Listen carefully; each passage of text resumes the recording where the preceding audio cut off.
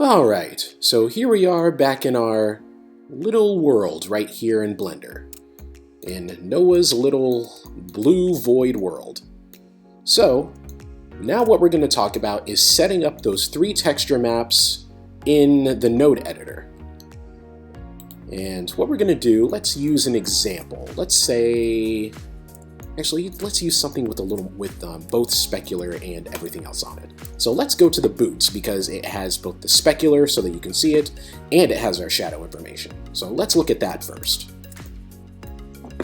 So I'm just gonna go up here, and you can see that I already have my setup, and I also have another material right here to separate some things. Because I'm still kind of new to Blender, I actually learned Maya before I learned Blender, so you can imagine what it was like to transition from one program to another. I also want to apologize if I explained something incorrectly. Even though I'm still learning, I still want to show this to all of you so that maybe you can go, hey, this was really good, but have you tried doing it like this or like this? I would really like to hear that in the comments if you guys have any other interesting ways to apply these 3 texture maps once I'm done explaining them. But I'm really interested to find out what you guys have in mind. But regardless, I do hope that you take something away from what I'm going to show you. So, you can see that I've tried to limit my material creation as much as possible so that, you don't have to create, oh hey, so my boot is going to be blue. Let me just go ahead and create a material. Let me go ahead and create another material. And hey, this is going to be like a yellowish gold. Let me go ahead and create another material. And oh, this is going to be, well, you get the idea. But the reason why I love Arc System Works as method is because it limits the idea of like just creating blah blah blah blah blah blah blah blah blah blah. And let me just go ahead and go back. And like creating material after material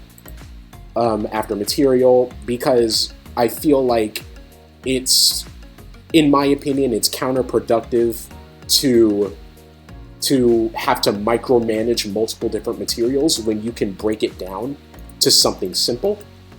And when I was first learning how to texture, when I was first learning 3D art, I first learned how to texture things in Photoshop. So that's why I'm very, very comfortable with the method that Arc System Works has developed, because it falls in line with how I learned things. And I'm sure that some of you guys are still comfortable with just making your own materials in here and, managing all of them. But for me, I like to try to stay as simple as possible and not have to worry about going, oh, let me just go to this material and let me try to find it. But, I'm able to put all of my colors on a single texture map and limit the creation of multiple different materials. So, now with me done, now that I'm done with my little ranting, let me just go ahead and go to the node setup. So, let's first talk about this, because this one is a little simpler. So right here I have my boot, and you can see it's called M Village Close for Material Village Close. And I have this, which is ILM Close Specular. So this right here controls the specular on specific objects like the boots, and this right here controls the ambient occlusion on things where I don't want the specular. So right here I just have a basic tune color setup. As you can see, I created a little frame so that I can keep everything organized. For those of you that might not know how to create a frame, let me go ahead and show you real quick. So if I go over here, let's say I go to Shift A and I go to this little search and I just type FRAM, and you can see that it already autofills it as you type it. So I'm gonna go over here and create a frame, and I'm just put this right here. And let's say I want to put something in that frame, so I'll go to Shift A again, and let's say, let's just put Ambient Occlusion. It doesn't matter what it is. Let's just go ahead and grab this, and let's just drag it and drop it into this little frame. And now it's parented. So now whatever we put in here, we can say, put camera, put that right there, and now we have our little frame. Now let's say we want to, it's a little hard to see the name, so let's just click out of that for a second and let's hit N to bring up this little side menu, and I can hit N to close it, or you can just go ahead and drag it out if you want to. But with our frame selected, we're going to go over here to where it says item, and we're going to go to label. And with our frame selected, we're just going to call this, let's say, blah. Blah. And boom, now you have blah blah. And let's go over here to label size, and let's increase this so that we can see the name better. Blah blah. And forgive me if I'm wrong, but I believe it only caps at 50. Who knows, maybe there's another control to where I can make this bigger, but for now I believe it only caps to 50, so you can see I can make it really small and I can make it really big. But just in case for those of you that don't know how to create a frame, that's how you do that. And if I go over here and select the check mark for the color, I can go over here and make it whatever color I want. So there's that small little tidbit right there, but I'm just going to go ahead and get rid of that, get rid of this, and just hit X to delete it. And I'm going to hit N to shrink that little menu. So let's go ahead and go back to our little setup right here. And what I used is Diffuse Bsdf. So all of these textures except for this one, and I'll go into that once I get into the lines. The materials and the ILM right here, these are all Diffuse Bsdf when I first created them. So I went ahead and set up the Diffuse to BSDM and plugged it into a shader to RGB. And I have it set to a mix color, to a mix node, and I have it set to color 2. If I put this over here, it's going to give me that, and I don't want that, so I'm going to just put this on color 2. And I have a color ramp so that I can control the clamp of the shadows, so that I can give myself a little more control. You can see that it's starting to clamp a little bit. You know, just to have a little more additional control over how intense I want the light or how far back I want the shadows to go. But I like it where it is, and you can see that I have the color ramp set to constant. But if I go ahead and, let me show you an example. If I go over here and hit Shift A and I go to color, if I go over here to cull and go to color ramp, you can see that I now have a color ramp created. So let's say, I'll just go ahead and take that off, and I'll take this off. I'll bring you up here for a second. And I'll go over here to my color and plug this in and plug this in. You can see that my shadows appear, didn't mean to instant transmission over there, but you can see that my shadows are rather soft because of this right here. So if I bring this in, you can see that it starts to become a lot more intense. So if I bring these closer together, you can see that, you know, they basically start to get the same effect. But I don't want to have to make you do that. So what I want to direct you to is this little drop down right here where it says linear. And you can see that it has multiple different settings. So I can set it to ease, and I can get this right here. It's kind of the same thing. And if I want to add another, I can just go ahead and hit plus. And now look at that, I have 3 tones of shading. I got gray, white, and black. But I don't want that, so I'll select that and get rid of it. I'll bring this back over here. And what I want to direct you to is constant. And what that's going to do is that it's just going to create a flat color. And just like I showed you before, if I go back to ease and I bring these together, it's still going to give you the, well, let me bring this back over here. It's going to give you the same result, but you know, there's no need to have to do that when you can just go over here and go to constant, and there's already a setting readily available to you. So that's just what I wanted to show you, so I can just go ahead and get rid of that. Bring this back over here, plug this back into the factor, and put this color back into this factor. And now I have my result. And as you can see right here, what I did was create an image texture. So what I did was hit Shift A, search, IM, and then I go to image texture. And all I did was bring in the textures that I talked about from Photoshop. So I can do that and go to that. And now you can see this color right here is just black and white. The only thing that is showing is our color, or sorry, the only thing that's showing is our shadow information, because I just got rid of our base color. So what I'm going to do is I am going to go to Open, and I'm going to go to my folder where I have all my textures. So I'm going to go to Noah Female Textures, and I'm going to go to Village Clothes, and I'm going to go to my base color, which is this right here that I exported from Photoshop. So I'm going to go ahead and select that, make sure it's the right one, and hit Open. And now I have my base colors. And I did the same exact thing for the shadow, for the SSS, and I plugged that into color 2. Or sorry, I plugged that into color 1. And I have the base color plugged into color 2 of this mix node.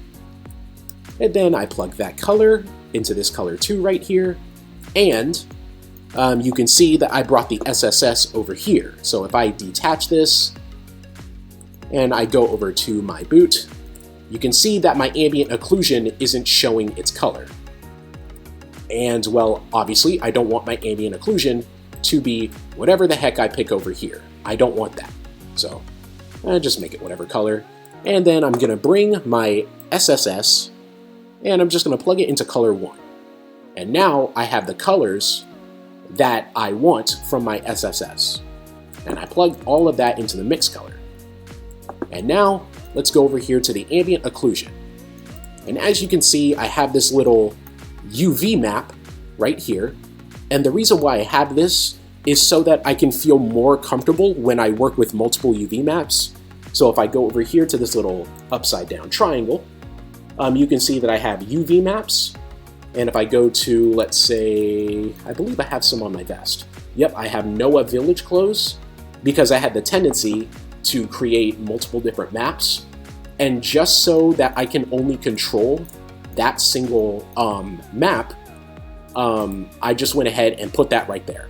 And here, if I go ahead and detach this, nothing should really change because there's only one UV map, but I put that there just for my comfort. So I'm just going to go ahead and plug that back in case I ever decide to come back to this file and maybe do something different by adding another UV map. So I just have that there for additional control. So right here, I have my image texture with my ILM map.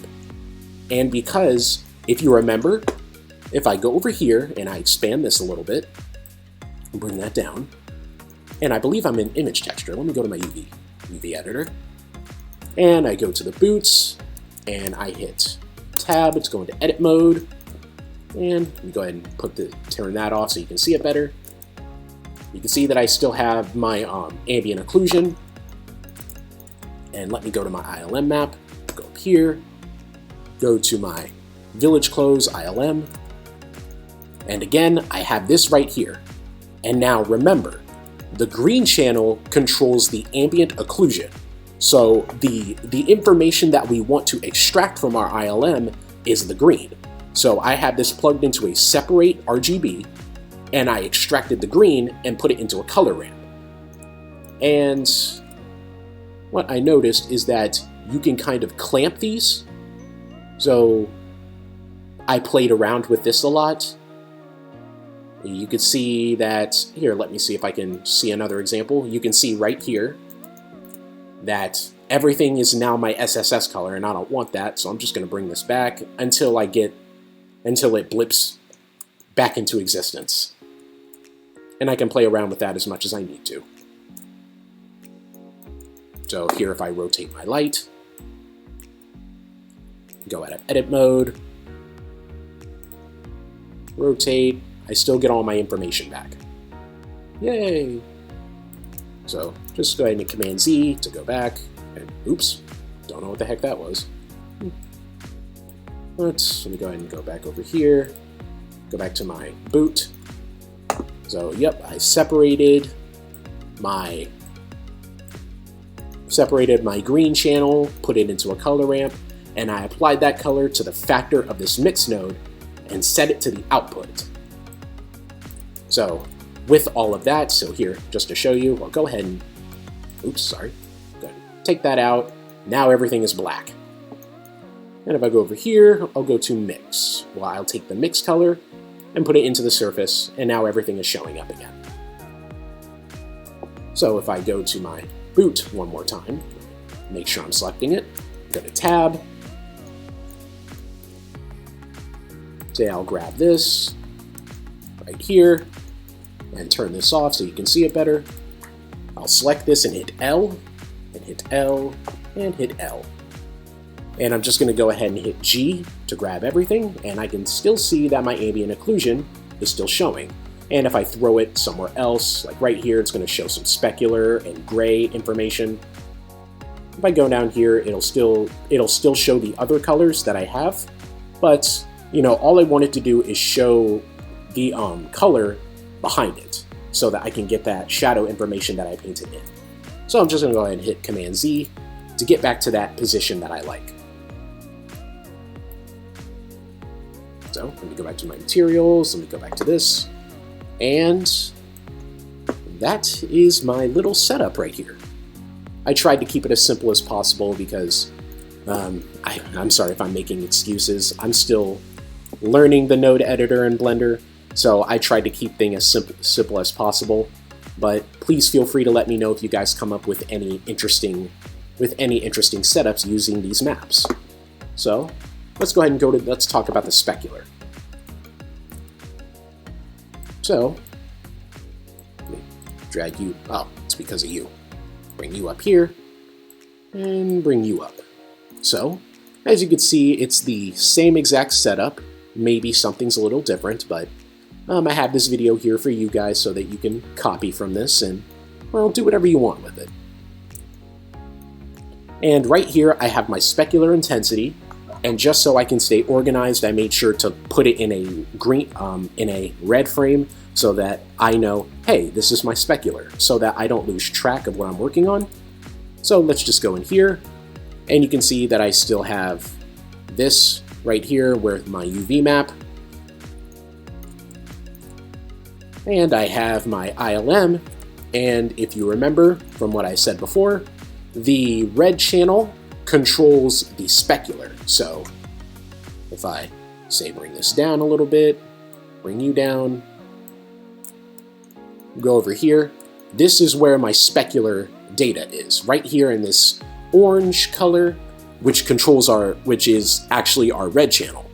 But what makes that orange color is the screen that is the screen channel that we talked about in the Photoshop file, is that when you screen this red over another color, they'll start to blend together and create another color. But this is still a excuse me, this is still a red channel regardless. So what I did was, if I want to extract that red data, I put it into a separate RGB, and if I want to give it some glossiness, like right here, you can see that it's reacting to the movement of my camera, and if I can play around with the roughness a little bit to see what I like. And I put it into a shader to RGB because I do not believe this glossy will work unless I plug it into that. So if I take this off and I plug this over here, you can see that it turns red, and now I don't have any of my information anymore. It just turns purple. So I'll just bring that back and put that back over here. So make sure that you have the shader to RGB, because from what I understand, this glossy to BSDF will not work unless you plug it into a shader to RGB. And now I have my little color ramp for some additional control in case I want to make this a lot more intense than it needs to be. I'll put that right there. And I have my invert color, and if I can remember what this controls, I guess it controls the hue of it. I think I can plug this into the color right here, control the factor, and it's still the same exact thing. But I inverted that color for just some more control, and I plug this into the factor of the mix color, and I believe I can use this to change the color of the specular, or no, the entire color of the object, but no, I guess I don't want that. So I'll just put that to black, and I think I can control the color of the specular right here. I believe so. Am I correct? Yes, but I can only do that to a limited amount. And then I plugged the mix color into this add value. And if I tried it with different variations to see what would work, like I tried multiply, and it will show all of my RGB information, you know, like the white, gray, and black channel information that I showed you guys in Photoshop. But I found out that add seems to work a lot better. So now I have all of my color information correctly, and then I just plug that into the material output. And that is my simple little setup right here. Nothing too special, but you know, it's yielded me some nice results for now. But I'm sure I can come up with some different ways in the future once I work more on this. And let me show you a little thing up here that I did with the belt. This little specular effect that I have where it looks like a square going over. So let me show you that a little bit. Into object mode. Let me make sure I'm selecting you. Yeah, I'm selecting you. So I'll go ahead and hit tab and go over here. And you can see that I created 4 different materials to separate some things. So I have the buckle, and if I go over to select, you can see that I assigned these materials to the face of the buckle. And you see that I have this right here with the bolts so that I can separate all that information and get some more control over these specific areas.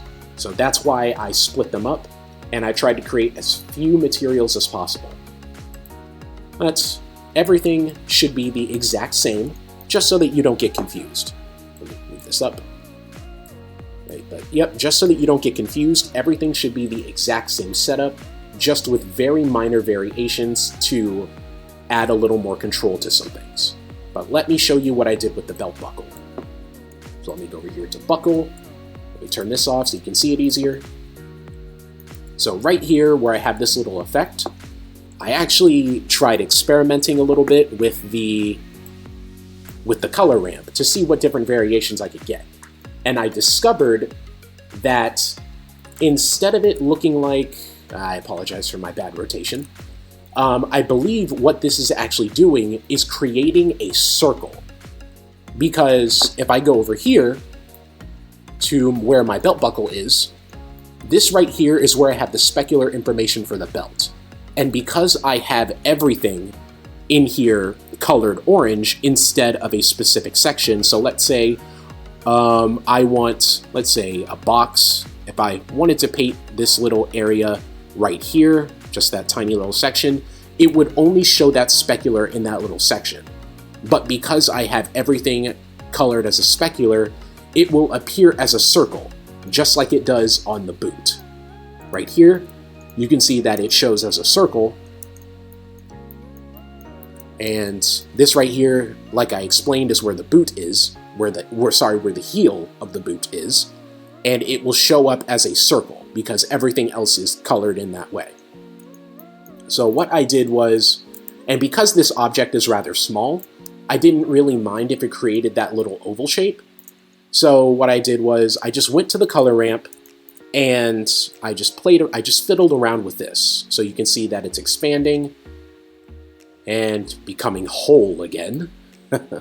So I just liked playing around with that, and I kind of liked the result it gave. And because of the position of these objects, it kind of works. So I don't really have to worry about it looking like a whole bunch of circles running through the object, because obviously that wouldn't look natural. But I liked playing around with this, and I liked the result it yielded. So if I go over to the bolt, where, oops, selected the wrong thing. If I go over here to the bolts, where I have the bolt specular, it's just the exact same thing. You know, the exact same setup, just so you don't get confused. I had this right here just in case I wanted to play around with it a little more. But as you can see, I didn't plug it into anything. But if I go over here, zoom in a little bit with control, and just zoom it in, you can see that I have them along the rim. If I go over here to the light, I can turn it, and you can see that it's responding to the light. and the specular isn't intruding on the light too much. And you can play around with that as much as you want once you get that nice little setting that you have. Alright, and oh yeah, I also have some shadow right here if I go to the leg. Let me show you the body so that you don't get confused. But it should be the exact same setup for the body. So if I go over here to Noah female, the material for the Noah female, see over here, should be the exact same setup. And I have my little ambient occlusion right here on the leg. Or, oops, that's the wrong thing. Go over here to the leg and turn that off so you can see it better. You see that I have my little shadow right here. So if I just grab this and I just go up, you can see that my ambient occlusion just randomly, well, no, their ambient occlusion is still there in that position. It's just that I'm moving my UV map to where it's not applying. So I'll just go ahead and Command Z to go back to that position, and I just have that right there. Alright, let me see, was there anything else that I missed? Let me look at the good old script. And oh yes, let me go ahead and look at the let's go ahead and look at the lips real quick. Just to be sure, just so that you guys can see it. Go ahead and turn that back on. Go ahead and hit tab. Go into my little Noah female right here.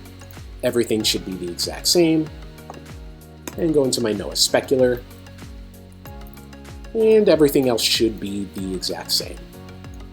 And oh, you can see right here, this is why I like to use the UV map, because I believe if I change it, here so you can see it better, you can see that oops, didn't mean to zoom in that much. Hit Control, zoom in. You can see that my specular kind of just disappears because this is now on a different UV map. But if I go back to my Noah female to where I initially created it, like right here, you can see that I get my information back. So just so you know, I did that to give myself more control. So if I go over here to UV map, you can see that I created multiple maps. Just 2 maps. So that's what I mean by just giving myself a little more control and, you know, trying to make sure I stay focused and I don't lose my place. So, yep, that's my little setup right there.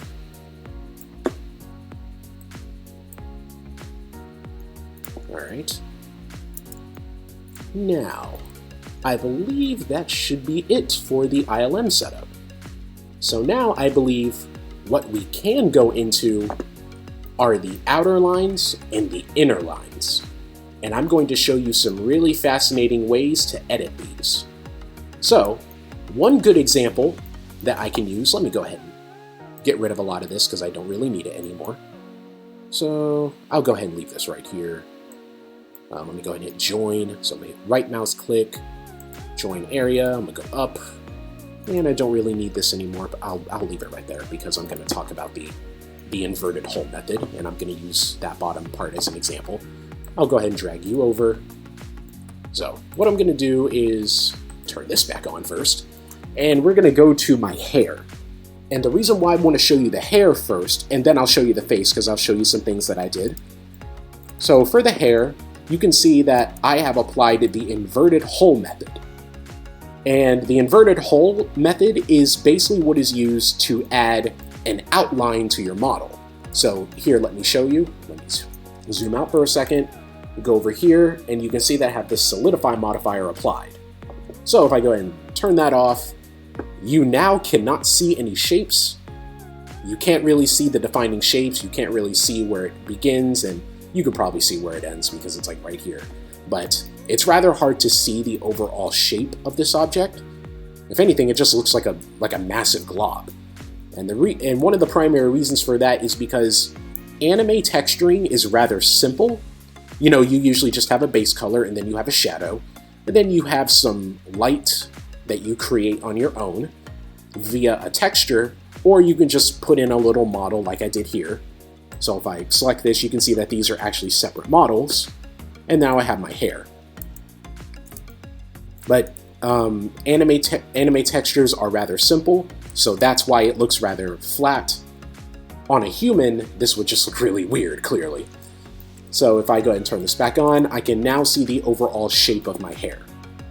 And now you can see why it's important to have the inverted hole method applied to a character, or you can use you can use freestyle lines right here, but I haven't really played around with freestyle lines that much, but I hope to in the future to see what kind of results I can get. But for right now, I feel comfortable just sticking with the method that Arc System Works has taught us.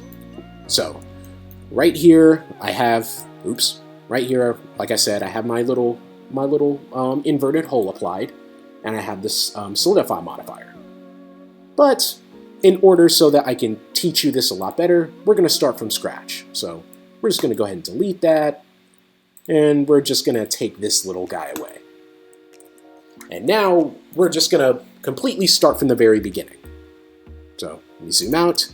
So with my hair selected, and with all my materials right here, I'm just going to go ahead and hit this little plus symbol and prepare myself a new material. And I'm going to call it, let's just go ahead and hit new, and let's just name it blah. Blah. I know, original name, right? I know, it took a lot of brain power to come up with that. And with the surface, we are going to get rid of this principle to Bsdf. And I've actually tried to experiment with the Bsdf to see if I can get the same result, but no, it sucks, and I hate it, and you probably should too. So what we're going to do is we're going to go over here to the emission, just go over here to emission, and what we're going to do is we are going to paint blah blah black. So we're just going to scroll over here and bring that down to black. And you can even do it in your little texture editor. So if I go over here and go right, I can select my little color, and I can literally do the exact same thing. But for now, we'll just leave it black, just as an example, and we'll leave that right there. And what you want to do right now is you want to come down to your settings. So once you're done with your surface, so let's say, okay, go to my surface, created my little black texture, and we're going to go down to settings. And what we're going to what we're going to check is this little thing right here called Backface Culling. I do not believe that your outline will show if you do not have this turned on. So I'm just going to go ahead and hit Backface Culling, go ahead and select that, and this little setting right here. Okay, so let me explain this for a second because this is important. So if you are using Blender 2.82 and above, I believe there is a bit of a glitch where your textures, when you apply the Solidify modifier, they may have a chance to cast a shadow on a model, meaning that your material may cast a shadow. And you do not want that because it's going to create this little glitchy effect. Like it's not showing right now, but just for future reference, if you ever see that your inverted hole seems like it's casting a shadow and you see like this little glitchy effect, well, it's not here right now, but I'm just telling you for future reference. What you want to do is you want to go down to your settings and you want to go to shadow mode and go from, I hope I'm pronouncing this correctly, you want to go from opaque into none. So that means that there should not be any shadow information that this material is casting. So this material should not be casting any shadow information. And it's okay to leave the blend mode to opaque, that's fine. But just go ahead and turn that to none by default when you're creating your inverted hole, just to save yourself a lot of trouble. So let's go ahead and go into our modifiers and start applying our little material. And we're going to go down to Add Modifier, we're going to go down to the Generate tab, and we're going to hit Solidify. And now you can see that we have our little Solidify modifier here. And I know I talked about Blender 2.82 and above. If I haven't already said, I probably haven't, I'm currently using 2.83 at the moment. I really should have said that at the beginning of the video. But yes, I'm using 2.83.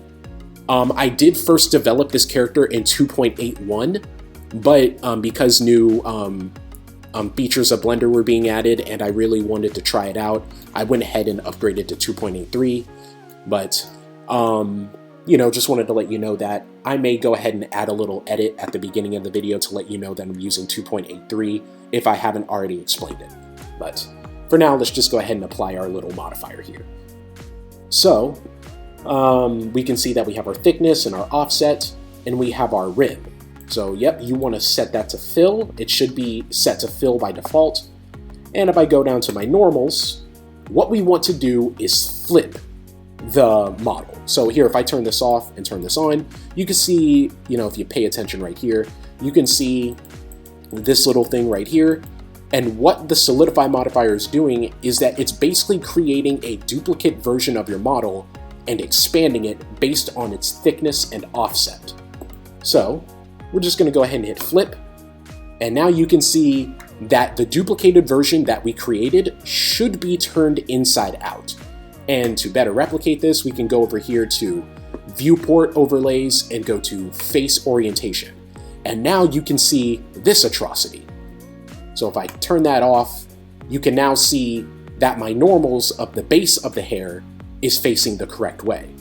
But if I turn on the Solidify modifier, the duplicate version is not. So I believe if I hit switch that's off, now the duplicate version of the duplicate version that we created with the Solidify modifier is now facing its normals in the right direction. That's what the blue and red indicates. So that's a good way to check and see your normal information, and you can see this little craziness right here, but I'll go into that in a little bit. So obviously we want this to be at fill rim, and we want to flip our faces. So now let's go back and turn this, let's go back and turn this off for a second. So now we are going to go to our materials, and we're going to go to, what we're going to focus on is material offset. Now, this is very, very important, so let me go back to my material. Now, blah, blah, blah, or just blah, blah, pay attention to the position of when you're creating your materials. When you have the, oh, excuse me, sorry about that, but the placement of these materials is very, very important. So keep in mind that blah, blah, blah is underneath everything. So I have my two textures for the hair, and I have my two textures for the hair, and I have this up here. So let's go ahead and count down how many materials blah, blah is. So we have 1 and 2. So that means blah, blah is 2 materials down. So we are going to go to modifier, and we are going to go to our material offset, and we're going to go 1, 2. And now our outline is showing, and it looks whack as all hell. And let me go ahead and explain that in just a second. So here we have our material offset, and we wanted the material that was 2 materials down. So watch what happens if I were to hit this arrow and move it up. Now it's not showing blah blah, it's showing the Noah it should be showing the Noah specular texture.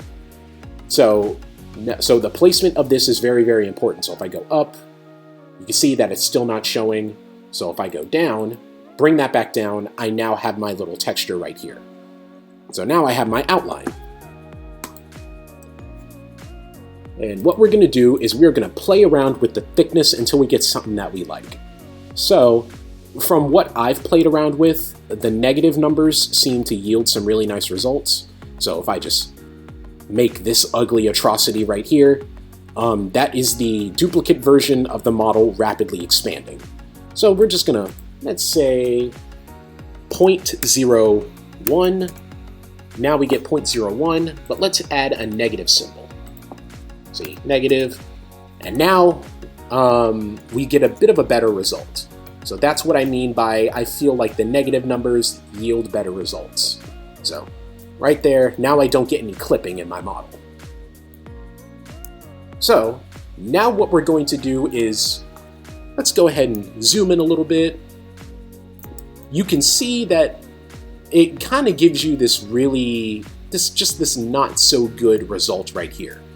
So here, if I go ahead and hit tab, that is primarily due to the way I modeled the hair. So you can see that I modeled a strand and I merged it with I bridged my edge loops and merged it over and put it right there in that side.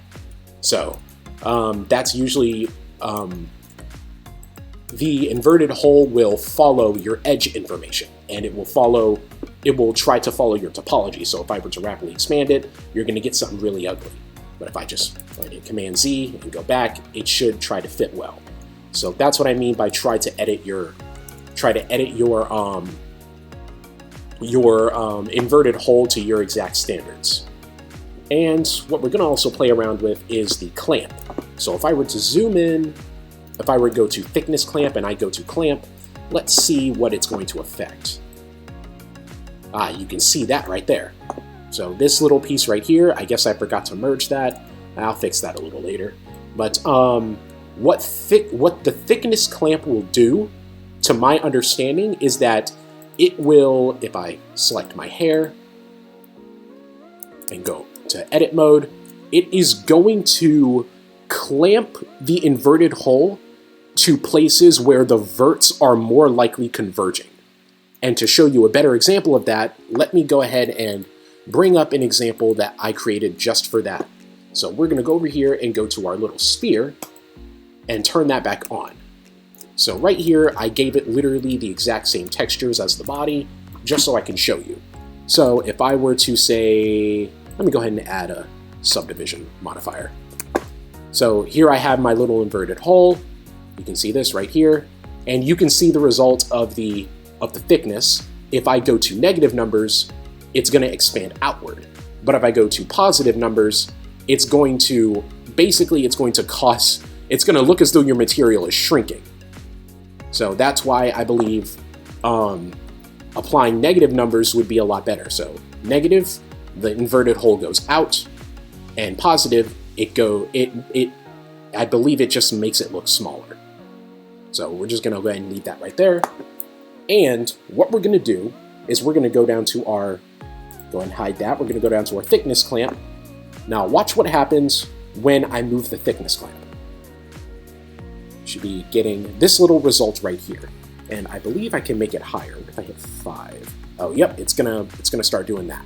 So, as you can see, if I go to edit mode and look at these little points right here, they seem to be converging on the area where the verts are more concentrated, and I believe it also has to do with where the closed off section is. I apologize if I explain that incorrectly, but based on me playing around with this for a while, I believe that's exactly what it's doing. So you can see that it's clamping on parts where the verts are more likely converging. So that's just a little example I wanted to show you in case you wanted to play around with the thickness clamp. All right, we're going to go ahead and turn that off, and that was all I wanted to show you for that example. And now what we're going to do is we are going to edit our outlines. So go ahead and select this right here. And I just want to show you something that I did prior. So when I first opened this model and I showed you the hair, you saw that the hair was rather sharp up here. And I also cleaned up a lot of things around here. So let me show you what I did. So if I select my hair real quick, I already have it selected. And if I go down over here to my vertex groups, you can see that I created a few vertexes. There are a few vertex groups, like right here, my hair outline. And if I go to weight paint, I believe I'll be able to see it right there. This is the weight paint that I created for this little hair outline. So if I go to the back, you can see that I have one right here for specific excuse me. I think my throat's getting a little dry. But I have that selection for the back. I have this selection for the front. I believe I have this for the sides, and so on and so forth. So here for the hair, this is what I used to edit my outlines. So this is the hair outline that I created by selecting the entirety of the hair and applying it to my Solidify modifier. So let me show you that in action. So let me go out of weight paint and go to object mode. I'm going to go down to my modifiers, and I'm going to go down to where it says vertex groups. And I'm going to select the vertex group that has my hair outline, and I'm going to select it, and now I have all of my clean information that I took time to create. Now you can see if I go ahead and take that off, I now get this little ugly result. And if I go over here to my hair outline, I get a much cleaner result. So I'm going to show you how to do that. And we're going to do that from scratch, just so I can teach you. So what we're going to do is, with our hair selected, we're going to go to our hair outline, we're going to go to our vertex groups, and we're just going to create another vertex group. Now what we're going to do is we're going to hit Tab to go into edit mode, and let's just go ahead and hit all. We're going to hit A to select everything, and we are going to, first of all, let's name this. Let's call this blah blah. Everything is blah blah. So now everything is blah blah and will always be blah blah. But not just yet. To apply the blah blah, we need to assign the blah blah. I'm gonna stop, probably getting annoying. So we're gonna go ahead and hit assign. And now if I hit deselect, I deselected the vertex group that I selected for this group. And if I hit select, it comes back. I'm gonna deselect and select it again. And now what we're going to do is we are going to go to our vertex groups and we are going to place blah blah in our vertex group. So now we have it right here. And now what we're going to do is we're going to go from edit mode to weight paint. We're going to go right here to weight paint. And because everything is controlled by this vertex group, and I selected everything to be applied, everything turns red, and that's what I want. So we're going to, if I hit right mouse click, I should be able to get this little menu right here, just like you have it over here. So here, let me go ahead and turn on the wireframes, just so you can see it a little easier. So right here, I have all my topology, and what I'm gonna do is, oops, accidentally hit that, my bad. Let me just go right back, go back in right there. So what I'm gonna do is, with my vertex group applied, I am going to hit my right mouse click, and I'm going to go to the weight. And because 1 equals full weight, but everything is already red. So because everything is red, that means that it has the full weight applied. But what I want to do is I want to just go ahead and leave that at 0. And you want to make sure that your strength is at 1, but I'll show you in some cases where you may want to maybe just lower it a little bit. But we're going to keep our radius the same. And what we're going to do is, if I go over here just so you can see it a little better, let's go ahead and zoom in, hit Z to go to rendered view. So just pay attention to this side of the head. And I'm going to go over here and I'm just going to weight paint this. Let me go to object mode over here. Actually, no, that won't show. Go back over here and turn that off. There you go. So I'll bring you over and I'm going to bring you over so that you guys can see it easier. So now we have a sharp line. And what that did was it basically gave our vertex group that we created, it gave that vertice a value of 0. That means that that duplicated version of our inverted hull is going back inside the model. So now, we basically just put a vertice inside of another vertice and gave it a weight of 0. So that's basically what you're going to do right here. So I'm going to do that, and I'm going to do that, and just play around with it and see what results that you like. And you can kind of see that it starts to look like a piece of line work. But I'm going to go ahead and hit Command Z to go back. And oops, let me go back to weight paint and still have this right here. And what we can do is we can play around with the strength. And let's say we want to, now let's just leave it at 0. And let's just maybe put our strength to like right here. And now we can do this and like click it. And we can kind of get like a little, we can try to smoothen our interpolation. So we can treat it like a drawing. Like we can just make it as smooth as we want. We can make it as broken as we want. We can do whatever. So that's one way that I edited my hair. was playing around with the vertex groups and weight painting them to get a sharp result. So if I get rid of blah blah and bring back my hair outline, I now get that sharp line work result. Alright, so now one thing that I'm going to discuss is the face and how I did that. So I still have wireframe applied, so I'm going to turn that off. And let's just get rid of the hair for a second. So I'm going to go down to my Noah female, and I'm going to turn off the hair. And I'm going to turn you off. And as you can see, I have my Solidify Modifier applied, and I have my own Noah outline. So if I go to, say, weight paint, I'm going to go to where I see my Noah outline, and you can see that I did some editing right here as well. So if I go ahead, I'll go ahead and show you what this looks like when you turn it off. And it's going to look really ugly.